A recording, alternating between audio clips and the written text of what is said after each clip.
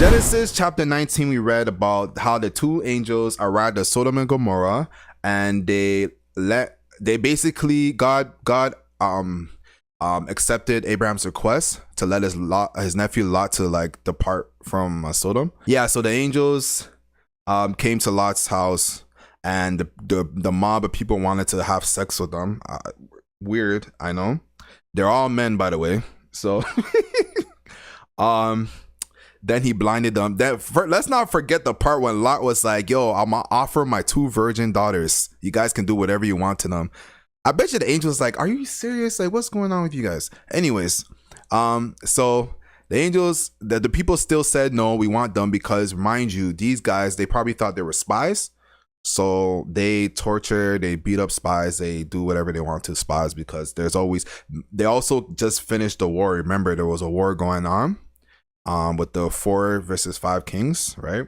And then they kidnapped Lot. That was in the other chapters that we read. Anyways, let me get back. So what's it called? The angels bolted the door and blinded them. All right, they're blind. Okay, so then the angels told Lot to warn any relatives, let them know, your loved ones, if they're in the city, let them know. So that was Lot's daughters, 2 fiancés, right?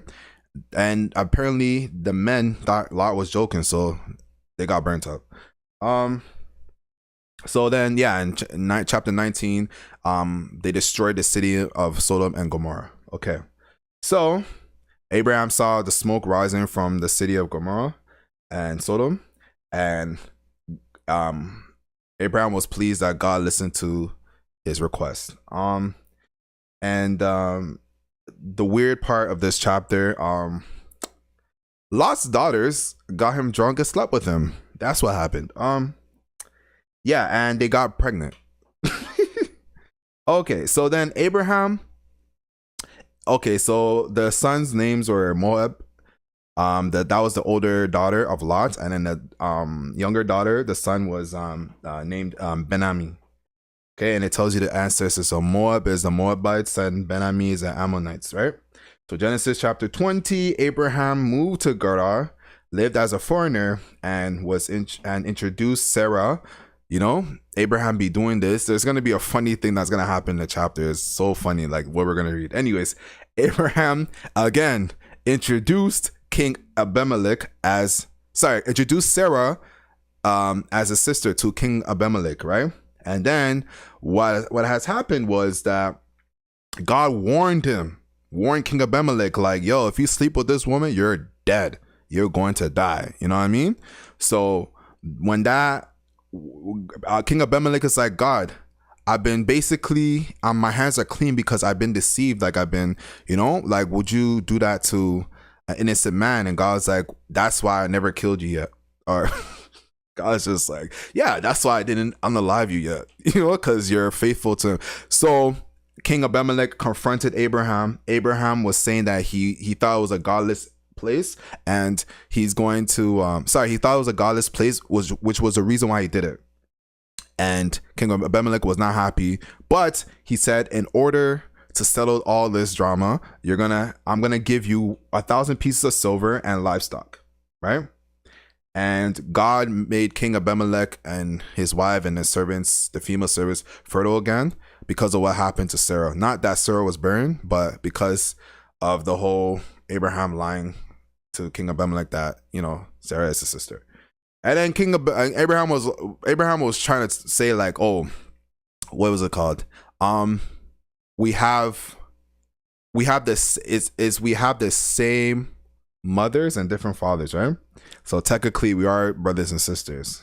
I just think that, I don't know if Abraham was lying, but if that's what Abraham said, hey man, we're gonna take his word for it. Anyways, so great news, God delivered on his promise to Abraham by giving him a boy, and the boy was named Isaac, right? So Isaac was circumcised 8 days after, and when Abraham had Isaac, he was 100 years of age. And Sarah laughed with joy. She's like, wow, God has given me a baby boy in the age of my husband and I, in the old age that they are, right? So Genesis chapter 21. Abraham prepared a feast for Isaac because he was to be weaned. And then Sarah saw that Hagar, which was the Egyptian servants, and Ishmael, who was the son of Abraham, and the son to Hagar, which is, don't forget, Sarah's Egyptian servants, right? So Sarah saw them making fun of Isaac and was frustrated about that. So she demanded that they should leave their place. And Abraham was frustrated about her request because Abraham was like, hey man, that's my son. But then God told him, don't even worry about it, because also Sarah said that he will not share their inheritance as well. And Abraham was like, no, that's my son. But God promised them that, hey, Abraham, just don't worry. Listen to your wife, Sarah. We're going to make 12 princes. It is nations afterwards when you read the text later, but 12 princes out of your son Ishmael. And he's going to have a great nation after him, right? His descendants are going to be blessed and all that, but they will not really be the they will not inherit the land of Canaan where God was promising to Abraham and his descendants, or Abraham's descendants, because he won't be alive for that, right? So Abraham's descendants. Okay, so what else?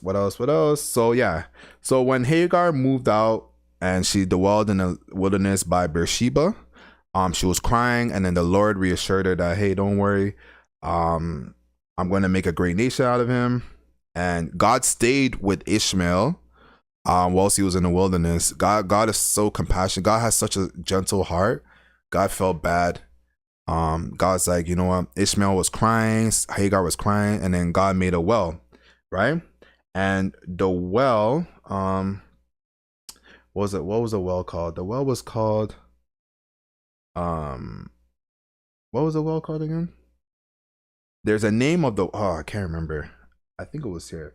Oh, I don't think I put it down in my notes. I did. No. Funny enough, I didn't put in my notes, but I remember God made a well for them. Anyways, water was very important till this day, of course.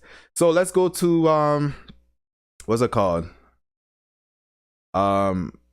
Genesis 21:22-34. King Abimelech tells Abraham not to swear to him he will never deceive him again, and his children or his descendants, right?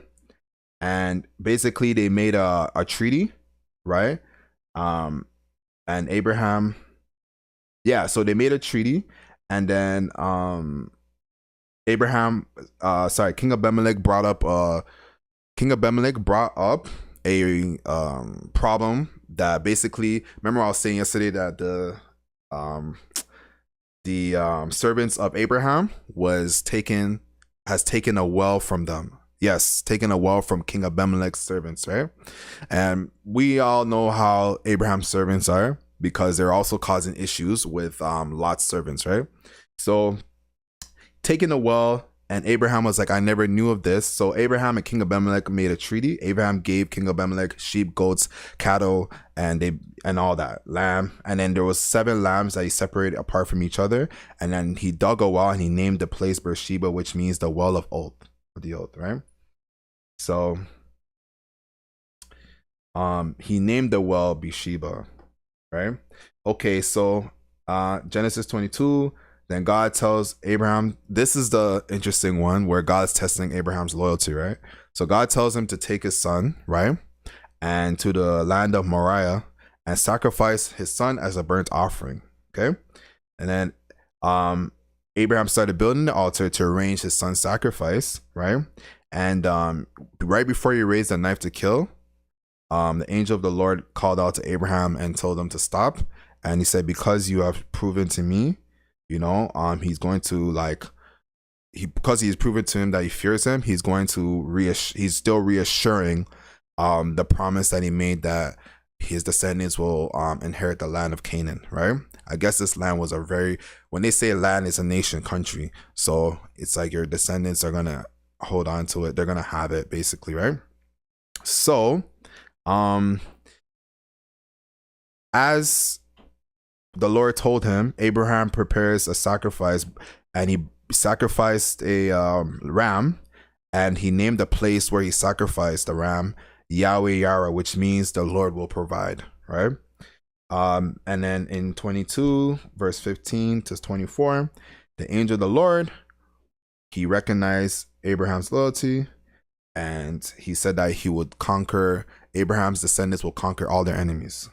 So after all that, Abraham returned to Beersheba, and Abraham's brother had 8 sons, right? So this is important. This is why sometimes when you see like the lineage, like, you know, the genealogy, like the bloodline, the names and stuff like that is very important, because when you read, you're going to notice that, oh, that's why they mentioned this person was a father of this person. That's why they kept this person's name repeated, because they're about to be another important figure in the Bible. Okay? So, Nahor, Abraham's brother, wife, gave birth to 8 sons, Uz, Buz, Camil, who was the ancestor of the Arameans, Kesed, Hazel, Pildash, Jildaf, and Bethuel. Bethuel is the father of Rebekah. Okay, remember Rebekah. Okay. Nahor had 4 other children from his concubine, Reumah, Tiba, Gaham, Tahash, and Makkah. All right, so that wraps up